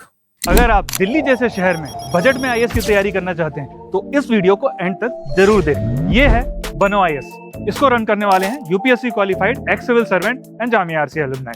यहाँ की फैकल्टी को ना केवल यूपीएससी एग्जाम का एक्सपीरियंस है, बल्कि पढ़ाने का भी सालों का एक्सपीरियंस है। ये एक्सपर्ट फैकल्टी हर टॉपिक को अच्छे से एक्सप्लेन करते हैं, उसके बाद हर टॉपिक को डिक्टेट करते हैं, ताकि आपके पास अपने खुद के हैंड रिटन नोट्स हो। साथ ही क्लास में प्रीलिम्स और मेंस के प्रीवियस ईयर क्वेश्चन को सॉल्व किया जाता है और डिस्कस भी किया जाता है। यहाँ पे आपको सिविल सर्वेंट्स जैसे कि आईएएस, आईआरएस और एक्स सिविल सर्वेंट्स साथ के साथ जामिया आरसी के एलुमनाई आपको पर्सनल मेंटरशिप देते हैं। डेली आंसर राइटिंग जो कि सारे टॉपर्स रिकमेंड करते हैं, इस पर यहाँ पे बहुत फोकस किया जाता है, जो कि बाकी कोचिंग्स में नहीं होता है। इसके साथ ही आपको मिलती है प्रीलिम्स और मेंस की टेस्ट सीरीज जो आपको एग्जाम के लिए रेडी करती है। यहाँ के अगर हाईलाइट्स की बात करें तो स्मॉल बैच साइजेस जिसमें 60 स्टूडेंट्स होते हैं, और जीएस कोर्स के साथ आपको एसए और सीसाइट की क्लासेस भी होती है, जिसके लिए आपको अलग से पे करने की जरूरत नहीं है। और ये लोकेटेड है सुखदेव विहार मेट्रो स्टेशन के बिल्कुल सामने। तो देर किस बात की, आज ही स्टार्ट करें और अपने यूपीएससी के सपने को साकार करें। थैंक यू फॉर वॉचिंग बनो आईएएस।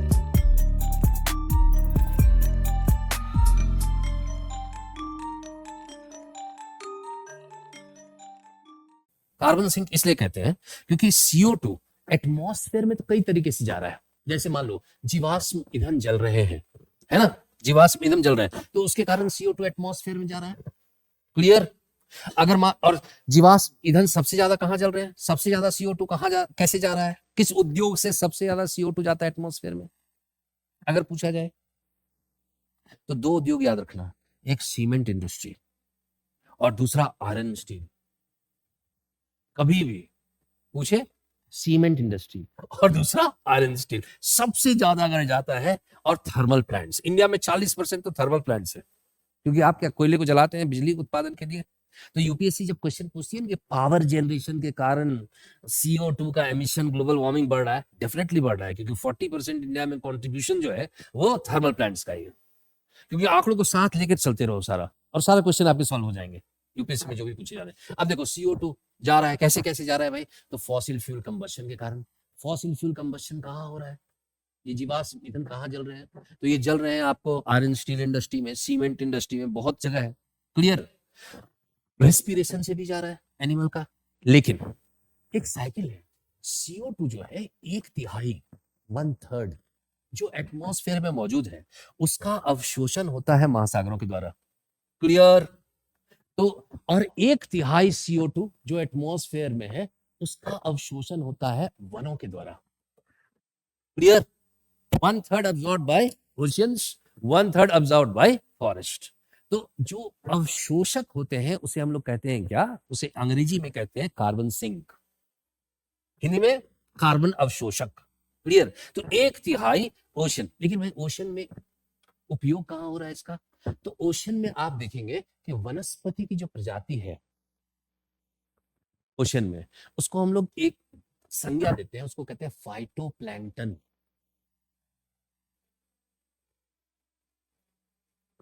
क्लियर? फाइटो का मतलब होता है,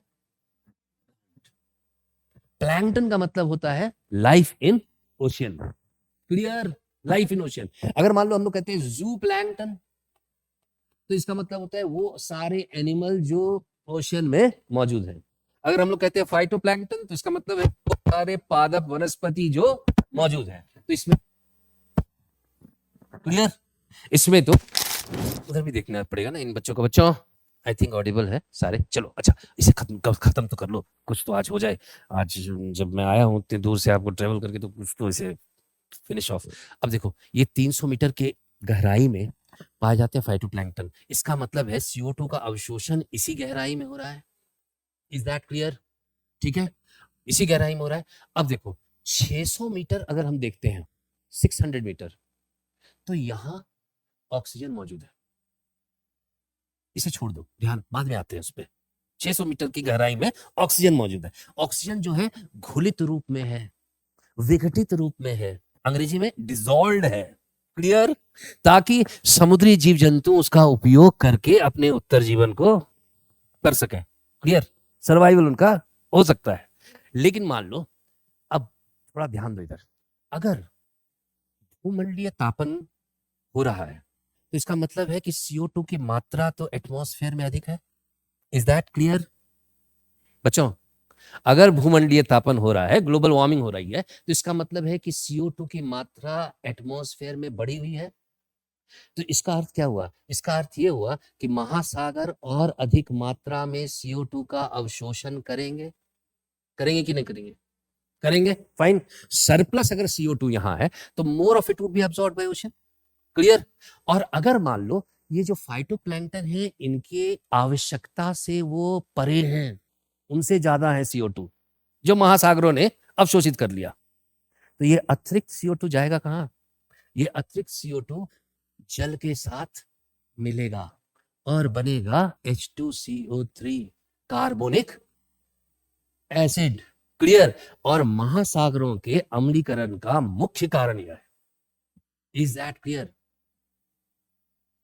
ठीक है, महासागरों के अम्लीकरण का मुख्य कारण यह है। लेकिन यह मात्र एक कारण नहीं है, क्योंकि तटीय क्षेत्र में जब निक्षेपण होता है सीमेंट उद्योग से, फर्टिलाइजर उद्योग से, तो वह भी महासागरों के अम्लीकरण के लिए एक आवश्यक घटक है। क्लियर? महासागर के अम्लीकरण उससे बढ़ जाएंगे। तो यहां पर हम लोग क्या मानेंगे कि first main reason is what? Main reason is formation of carbonic acid, but cement industry waste, fertilizer waste also contribute into oceanic acidification.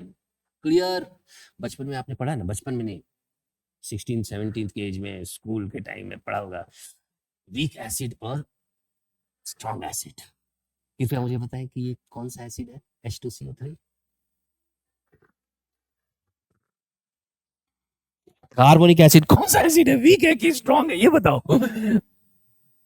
ये वीक एसिड है बेटा, दिस इज वीक एसिड, ठीक है? और वीक एसिड है तो ये टूटेंगे, और टूटेंगे तो इनसे निकलेगा क्या? इससे निकलेंगे हाइड्रोजन आयन। क्लियर? इससे निकलेंगे, सुनो पहले सुन लो अच्छी तरह से, मैं लिखा दूंगा उसको, डोंट वरी। इससे निकलेंगे हाइड्रोजन आयन, और सीओ कार्बोनेट आयन स्वतः स्वाभाविक रूप में, प्राकृतिक रूप में महासागरों में मौजूद है। क्लियर? क्यों मौजूद है महासागरों में? किसने उन्हें कराया मौजूद? क्योंकि उनसे ही स्केलेटल सिस्टम बनता है मरीन ऑर्गेनिज्म का। फाइन? कार्बोनेट आयन जो मौजूद है उनसे ही बनते हैं स्केलेटल सिस्टम। स्केलेटन होता है ना मरीन ऑर्गेनिज्म का, तो स्वतः प्राकृतिक रूप में महासागरों में मौजूद है। तो इसका मतलब हुआ ये हाइड्रोजन आयन जो इससे निकल रहे हैं बाहर, वो पुनः जाकर कार्बोनेट आयन के साथ जुड़ेंगे जो प्राकृतिक रूप में महासागरों में मौजूद है, और अम्लीकरण की प्रक्रिया जारी रहेगी। क्लियर? क्या सीक्वेंस है? पहले है कि ग्लोबल वार्मिंग के कारण CO2 का लेवल एटमॉस्फेयर में बढ़ा। Surplus CO2 means that more of it would be absorbed by phytoplanktons, oceans. और ओशियंस अगर अब्सॉर्ब कर रहे हैं अधिक से मात्रा में CO2 जो फाइटोप्लैंक्टन की आवश्यकता से अधिक है, तो वो जल के साथ संयोजित होकर कार्बोनिक एसिड का निर्माण करेंगे, जो मुख्य रूप से महासागरों के अम्लीकरण का कारण बनता है। क्लियर? लेकिन अनेक और कारण है जिसके कारण अम्लीकरण होता है, जैसे उर्वरक, फर्टिलाइजर इंडस्ट्री वेस्ट, या फिर सीमेंट इंडस्ट्री वेस्ट। क्लियर? और अम्लीकरण की प्रक्रिया जारी कैसे रहेगी? क्योंकि आप जानते हैं कि carbonic acid is a weak acid, it will release hydrogen ion, और वो जाकर प्राकृतिक रूप से मौजूद महासागरों में कार्बोनेट आयन से संयोजित होंगे, और उसके बाद यह प्रक्रिया अम्लीकरण की जारी रहेगी। आपको क्यों मैं पढ़ा रहा हूं? क्योंकि महासागरों के अम्लीकरण का एक दुष्प्रभाव यह है कि प्रवाल जो होते हैं उन पर उसका दुष्प्रभाव पड़ता है। और प्रवाल जो है एक प्रक्रिया होती है जिसे हम लोग कहते हैं कोरल ब्लीचिंग। क्लियर? प्रवालों का रंग फीका पड़ता है। तो प्रवालों का रंग फीका पड़ने का अर्थ कुछ नहीं है। इसका मेन सार क्या है? इसका मेन सार है कि अम्लीकरण की जब प्रक्रिया होगी महासागरों में, तो जुक्स एंथेले में जो फोटोसिंथेटिक पिगमेंट है, प्रकाश संश्लेषण के तत्व हैं, वो घट जाएंगे, और वो प्रकाश संश्लेषण कर ही नहीं पाएंगे। क्लियर? घनत्व तो उनका घटता है, तो कोरल को तो उनकी आवश्यकता ही नहीं। क्लियर? तो कोरल क्या करेंगे? उन्हें छोड़ देते हैं, चले नहीं जाते, छोड़ देते हैं। इस प्रकार के कोरल को कहा जाता है स्ट्रेस्ड कोरल्स, थके हुए प्रवाल। और थके हुए प्रवाल अगर यूपीएससी पूछे तो किसका प्रभाव है? महासागरों के अम्लीकरण का, या फिर भूमंडलीय तापन का। समझ आया बच्चों? ठीक है, तो ये थोड़ा सा याद रखो। जब ये इतना कर ही दिए तो मुझे लगता है कि ये तो लिखा जा सकता है महासागरों का। फाइन? इसे अच्छी तरह से देखो, क्योंकि ये 100% गारंटीड क्वेश्चन होता है। कभी मैंने एक साल पूछेंगे तो एक साल नहीं पूछेंगे, ये आता ही है, चाहे ज्योग्राफी में है या जीएस में है। क्या हो बच्चे, थक गए क्या? तो ऐसे दुखी दुखी क्यों लग रहे हो? देखो हमारी उम्र में मैं कितना खुश रहता हूँ, तुम्हारी उम्र से 3 गुना तो जरूर होंगे, 4 गुना, 3 गुना, 4 गुना नहीं। तो तुम लोग थोड़ा हंसते रहो और अपना बनाए रखो। तभी करोगे, ऐसे नहीं करोगे। लिखो इसको अच्छी तरह से, देखो बढ़िया से बना के बच्चों, एकदम रहना चाहिए, और याद भी होना चाहिए कल अच्छी तरह से। ये टॉपिक क्या है? ओशियानिक एसिडिफिकेशन, अंग्रेजी में महासागरों का अम्लीकरण। क्लियर?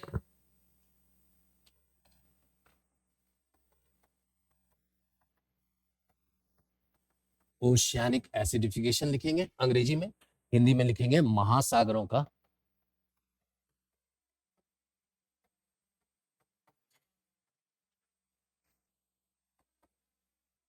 अम्लीकरण। महासागरों का अम्लीकरण, ठीक है। देखो महासागर, महासागर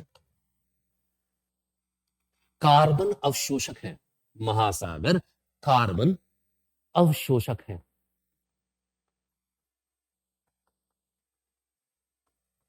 अवशोषक है तथा वायुमंडल में मौजूद 1/3 CO2 का, तथा वायुमंडल में मौजूद 1/3 CO2 का अवशोषण करते हैं। 1/3 CO2 का अवशोषण करते हैं, अवशोषण करते हैं। फाइन। और इसे कौन इस्तेमाल करता है? इसका उपयोग फाइटोप्लैंक्टन, महासागरों में मौजूद वनस्पति किसके लिए करते हैं? प्रकाश संश्लेषण के लिए करते हैं, ठीक है। ब्रैकेट में लिख दोगे फाइटोप्लैंक्टन। देखिए इसका उपयोग महासागरों में मौजूद वनस्पति, इसका उपयोग महासागरों में मौजूद वनस्पति, ब्रैकेट में बच्चों लिख दोगे फाइटोप्लैंक्टन,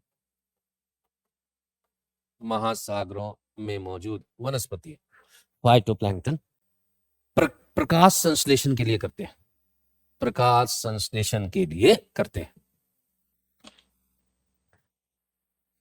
और जैसे आज क्लास हुआ है ना, वैसे ही कल 4 घंटे हैं। चल 4 घंटे में मैं अच्छा खासा तुम्हारा सेगमेंट खींच दूंगा, एकदम डेडिकेटेड क्लास, कुछ नहीं छोड़ना नहीं है, ठीक है। आज जैसे कर रहे हो इससे भी थोड़ा सीरियस कल। और आज कल क्या करना कि कल जो भी प्रॉब्लम्स होगा उसे बीच में पूछ लेना जरूर, क्लियर। कहीं भी कुछ प्रॉब्लम हो, क्योंकि थोड़ा स्पीड से चलोगे, जितना मुझे टाइम दोगे उतना मैं कवरेज कर दूंगा और उतना ही आपका फायदा है। फाइन। और डेली का डेली करंट अफेयर्स भी शुरू कर दूंगा 1-2 दिन के बाद, तो तकलीफ में नहीं ना है। तो क्यों, अगर कुछ ऐसा नहीं है तो कल आ जाओ या ऑनलाइन कर लो बेटा। मैं नहीं चाहता हूँ तुम लोग छूटे क्योंकि वो एक साथ ही आएगा बहुत सारा चीज ना। और इसमें क्या है कि या तो तुम नोट्स ले लेना साथ में, इसे किसी से नोट्स लेना, और मुझसे ना एक बार जहां जहां नहीं होगा उसे समझ लेना अच्छी तरह से। वैसे नोट से समझ जाओगे लेकिन फिर भी, हाँ, तो इसलिए थोड़ा सा उसमें ध्यान देना कि मिस ना करे क्लास। और मैं लगातार 11 दिन आपका ले लूंगा, बीच में एक दिन छुट्टी दे दूंगा, ब्रेक। फाइन। लेकिन इसे कर लो अच्छी तरह से। 1/3 अब्सॉर्ब प्रकाश संश्लेषण अवशोषक है, ठीक है। लिख लो लास्ट लाइन क्या लिखा है। Very good. अब देखो ये याद रखना है बेटा कि 300 मीटर की गहराई तक ही फाइटोप्लैंक्टन मौजूद रहते हैं। इसका अर्थ क्या हुआ कि 300 मीटर की गहराई तक ही CO2 का अवशोषण हो सकता है। क्लियर। लिखो महासागरों में 300 मीटर की गहराई तक, महासागरों में 300 मीटर की गहराई तक इस प्रकार के वनस्पति मौजूद होते हैं। यह वनस्पति मौजूद होता है, यह वनस्पति मौजूद होता है क्योंकि यह वनस्पति मौजूद होता है क्योंकि इस गहराई तक ही, इस गहराई तक ही, इस गहराई तक ही CO2 का अवशोषण होता है। इस गहराई तक ही CO2 का अवशोषण होता है। लेकिन कहने को तो तुमने कह दिया कि CO2 का अवशोषण, एक्सप्लेन कौन करेगा? वाई? क्योंकि यह भाग ही महासागरों का वायुमंडल के संपर्क में रहता है। लिखो क्योंकि यह भाग ही महासागरों का, क्योंकि यह भाग ही महासागरों का, महासागरों का वायुमंडल के संपर्क में रहता है, क्योंकि यह भाग ही महासागरों का वायुमंडल के संपर्क में रहता है, वायुमंडल के संपर्क में रहता है। क्लियर? फाइन। अब आते हैं एक चीज पे बच्चों, कि यदि भूमंडलीय तापन के कारण, भूमंडलीय तापन हो रहा है आप जानते हो, और उद्योगों से CO2 की मात्रा अधिक है, तो यदि भूमंडलीय तापन के कारण वायुमंडल में अधिक CO2 मौजूद है, जिसके कारण भूमंडलीय तापन हो रहा है, तो इसका अर्थ है कि अतिरिक्त CO2 महासागरों द्वारा अवशोषित होंगे। ठीक है, फाइन। लिखो, यदि वायुमंडल में CO2 की मात्रा बढ़ती है तो, यदि वायुमंडल में CO2 की मात्रा बढ़ती है तो, CO2 की मात्रा बढ़ती है तो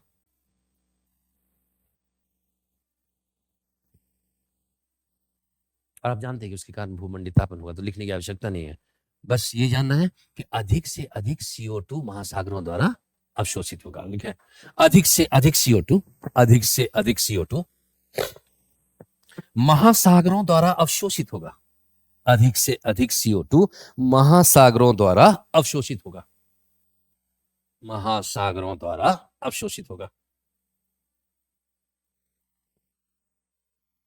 CO2 महासागरों द्वारा अवशोषित होगा। और आप अच्छी तरह से जानते हो कि इसका उपयोग होता है प्रकाश संश्लेषण के लिए, लेकिन यह मात्रा प्रकाश संश्लेषण की आवश्यकता से अधिक है। लिखें, यह मात्रा, यह CO2 की मात्रा, यह CO2 की मात्रा फाइटोप्लैंक्टन की आवश्यकता से अधिक है।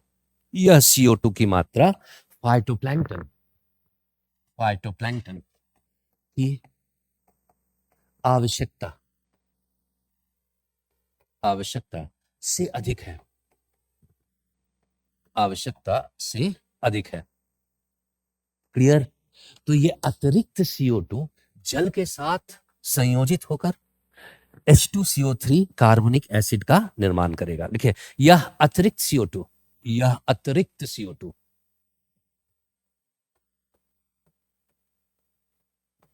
अतिरिक्त CO2 जल के साथ मिलकर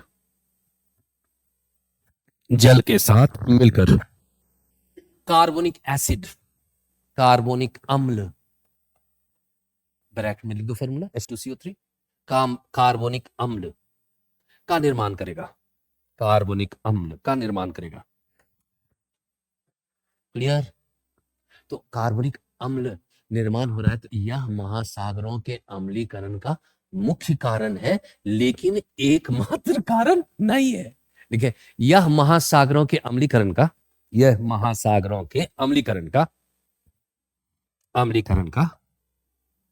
मुख्य कारण है। यह महासागरों के अम्लीकरण का मुख्य कारण है। अन्य कारण उर्वरक उद्योग अपशिष्ट समझते हो? वेस्ट। क्लियर? उर्वरक उद्योग अपशिष्ट तथा सीमेंट उद्योग अपशिष्ट है। उर्वरक उद्योग अपशिष्ट तथा सीमेंट उद्योग अपशिष्ट है। सीमेंट इंडस्ट्री वेस्ट अंग्रेजी में, और fertiliser industry waste. Clear? Fine. तो महासागरों के अम्लीकरण का, लेकिन थोड़ा सा इसे एक्सप्लेन, क्योंकि ये लॉन्ग टाइप क्वेश्चन है बच्चों, तो एक्सप्लेनेशन थोड़ा सा और स्ट्रांग होना चाहिए। आप जानते हैं अच्छी तरह से कि यह अम्ल जो है एक कमजोर अम्ल है, तो इससे हाइड्रोजन आयन बाहर निकलेंगे। देखिए, कार्बनिक अम्ल H2CO3, डायरेक्ट लिखो H2CO3 एक कमजोर अम्ल है। एक कमजोर अम्ल है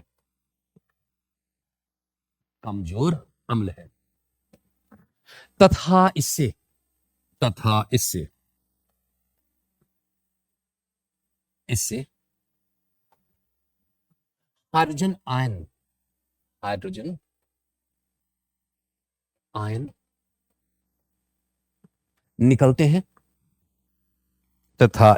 हाइड्रोजन आयन निकलते हैं,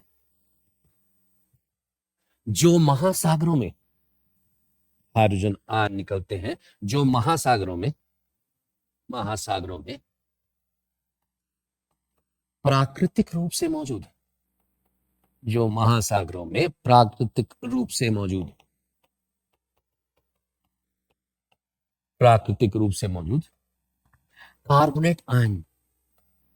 कार्बोनेट आयन से जुड़कर कार्बोनेट आयन से जुड़कर। और दिमाग में तुम्हारा यह बच्चों है कि कार्बोनेट आयन क्यों है महासागरों में? क्योंकि स्केलेटल सिस्टम मरीन ऑर्गेनिज्म का ये निर्मित करता है, अस्थि मज्जा जिसको कहते हैं ना, वो निर्मित करता है। तो उसके कारण ये प्राकृतिक रूप में महासागरों में मौजूद है। सब बात लिखने की आवश्यकता नहीं है। तो यह इसके साथ जुड़कर अम्लीकरण की प्रक्रिया को जारी रखता है, अम्लीकरण की प्रक्रिया को जारी रखता है, अम्लीकरण की प्रक्रिया को जारी रखता है। फाइन, ठीक है। और ये याद रखना है, अम्लीकरण के कारण क्या हो रहा है? प्रवालों पर दुष्प्रभाव पड़ रहा है, जिसे कोरल ब्लीचिंग की संज्ञा दी जाती है। लेकिन इसका अर्थ यह नहीं है कि प्रवाल सिर्फ फीके पड़ते हैं, बल्कि इसका मुख्य सार यह है कि जुक्स एंथेले में मौजूद प्रकाश संश्लेषण के तत्व घटते जाते हैं, जिससे उत्पादकता घटती है, उनका घनत्व घटता है और प्रवाल उन्हें निस्सारित कर देंगे। इस तरह के प्रवाल को कहते हुए स्ट्रेस्ड कोरल्स। क्लियर? इस तरह के प्रवाल को कहते हैं स्ट्रेस्ड कोरल्स। तो थोड़ा सा उसका जिक्र करो ताकि stressed corals, coral bleaching, oceanic acidification सारा एक साथ क्लियर हो। फाइन। और ये उसमें एक जिक्र हम लोग थोड़ा सा करेंगे, क्योंकि कोरल्स अगर टाइप्स तुम्हें पूछ ले कहीं कि क्या है भाई कोरल्स, अलग अलग टाइप्स क्या है, तो ये याद रखना कि कोरल्स, एक तरह की कोरल्स और है जिसका जिक्र मैंने नहीं किया है। महासागरों में आप अच्छी तरह से जानते हैं कि जुक्स एंथेले प्रकाश संश्लेषण की प्रक्रिया करेंगे। तो प्रकाश संश्लेषण की प्रक्रिया करेंगे तो जुक्स एंथेले किस गहराई तक मिलेंगे? 300 मीटर की गहराई तक मिलेंगे, क्योंकि CO2 तो वहीं तक है। हाँ, अगर मान लो कोरल्स इसके नीचे वाले भाग में पाए जाते हैं, इसके भी नीचे मौजूद हैं, तो इसका मतलब है वो जुक्स एंथेले के साथ नहीं है। तो अपना पोषक तत्व वो ग्रहण कर रहे हैं किससे? महासागरों में मौजूद जीव जंतु से। इस तरह के कोरल को कहते हैं अजुक्स एंथेलेट। अजुक्स एंथेलेट, अजुक्स एंथेलेट कब तक? Without zooxanthellae. Clear? Without zoox. तो अगर कोरल्स हैं, प्रवाल हैं, कभी भी अगर डिफिकल्ट क्वेश्चन पूछा जाए, प्रवाल बगैर जुक्स एंथेले के दो अवस्था में रह सकते हैं। एक तो अवस्था है स्ट्रेस्ड कोरल की अवस्था, क्लियर, और एक है अधिक गहराई में वो मौजूद है जहां उनके सहजीवी पार्टनर ही मौजूद नहीं है, उसे कहेंगे अजुक्स एंथेलेट। क्लियर? फाइन। तो ये थोड़ा सा इसका जिक्र कर लो तो ये और बढ़िया हो जाएगा तुम्हारा पूरा नोट्स, और मतलब की बातें हैं सारी। फाइन। देखो, इस अम्लीकरण के कारण, इस अम्लीकरण के कारण, अम्लीकरण के कारण प्रवालों पर दुष्प्रभाव पड़ रहा है, प्रवालों पर दुष्प्रभाव पड़ रहा है, जिसे, इस अम्लीकरण के कारण प्रवालों पर दुष्प्रभाव पड़ रहा है, जिसे कोरल ब्लीचिंग, कोरल ब्लीचिंग की संज्ञा दी जाती है। हिंदी में भी कोरल ब्लीचिंग रखेंगे, ठीक है? ये नहीं कि कोरल फीका पड़ रहा है, वो अजीब सा लगेगा। कोरल ब्लीचिंग की संज्ञा दी जाती है। अब थोड़ा सा इसे एक्सप्लेन करें 2 लाइन में।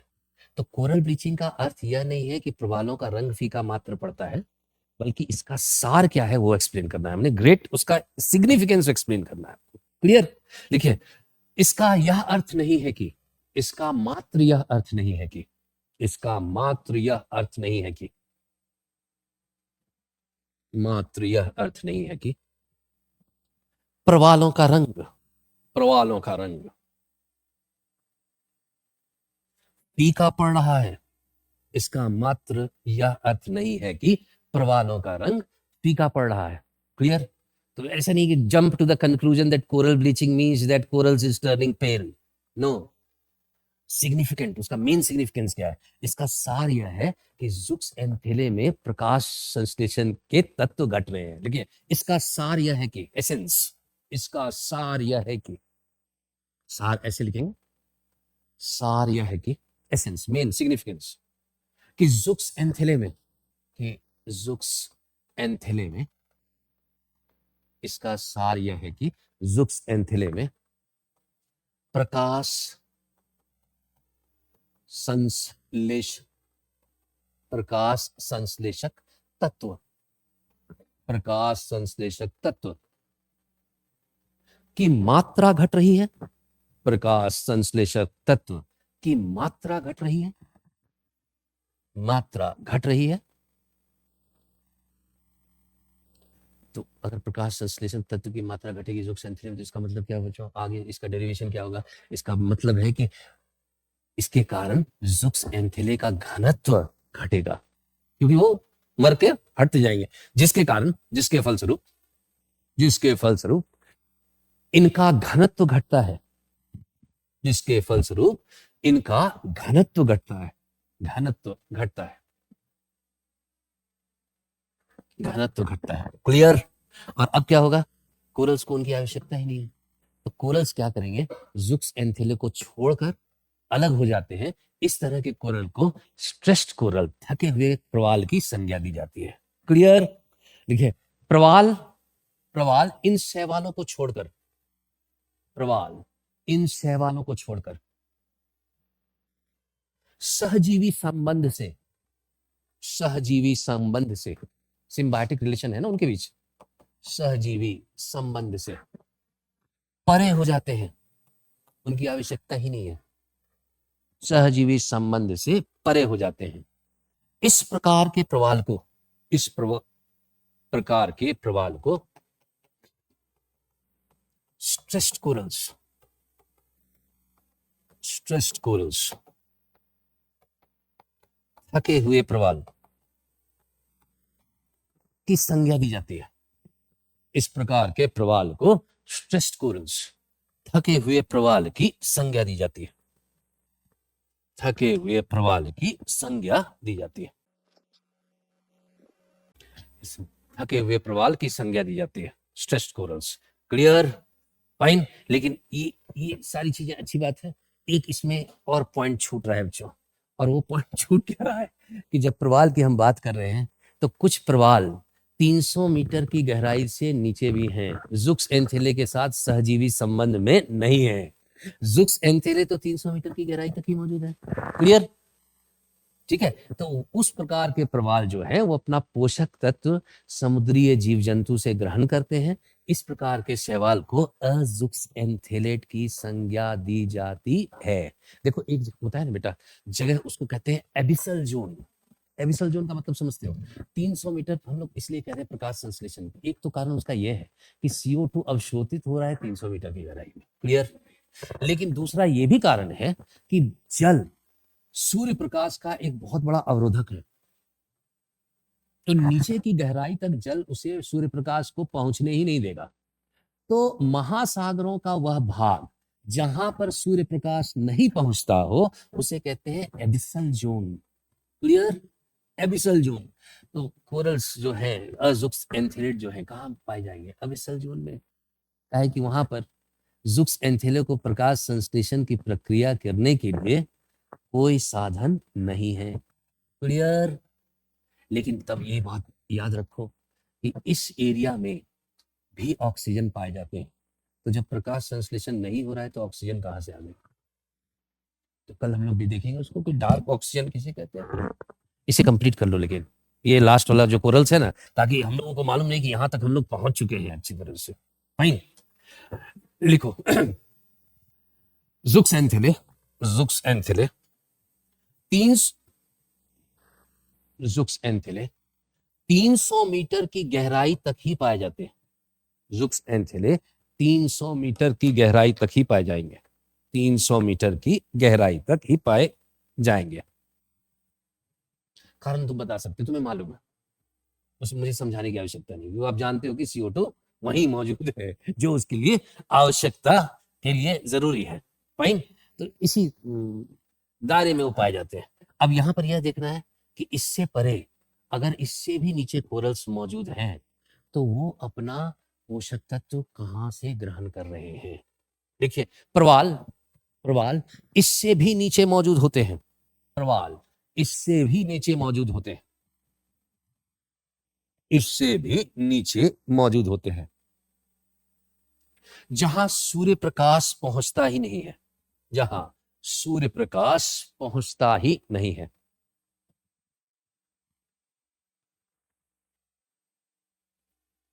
ना ही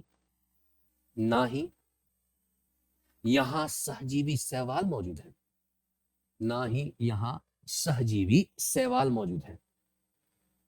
सहजीवी शैवाल मौजूद है। क्लियर?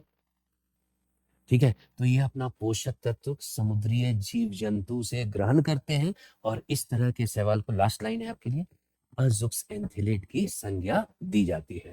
देखिए यह प्रवाल अपने पोषक तत्व, यह प्रवाल अपने पोषक तत्व समुद्रीय जीव जंतु से ग्रहण करते हैं, समुद्रीय जीव जंतु से ग्रहण करते हैं, जीव जंतु से ग्रहण करते हैं। अब यहां मैंने ये नहीं कहा है कि वनस्पति, प्लैंकटन, लाइफ इन ओशियन, ठीक है, तथा उन्हें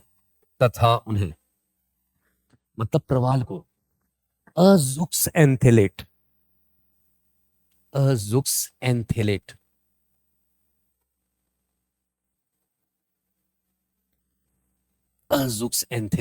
कहा जाता है, तथा उन्हें अजुक्स एंथेलेट कहा जाता है।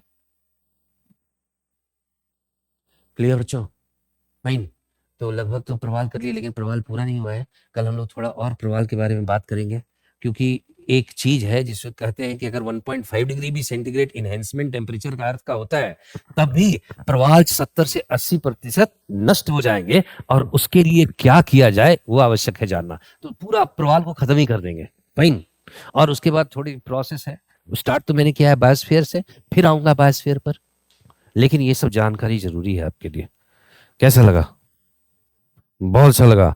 अगर आप दिल्ली जैसे शहर में बजट में आईएएस की तैयारी करना चाहते हैं तो इस वीडियो को एंड तक जरूर देखें। ये है बनो आईएएस। इसको रन करने वाले हैं UPSC qualified ex civil servant and Jamia RCA alumni.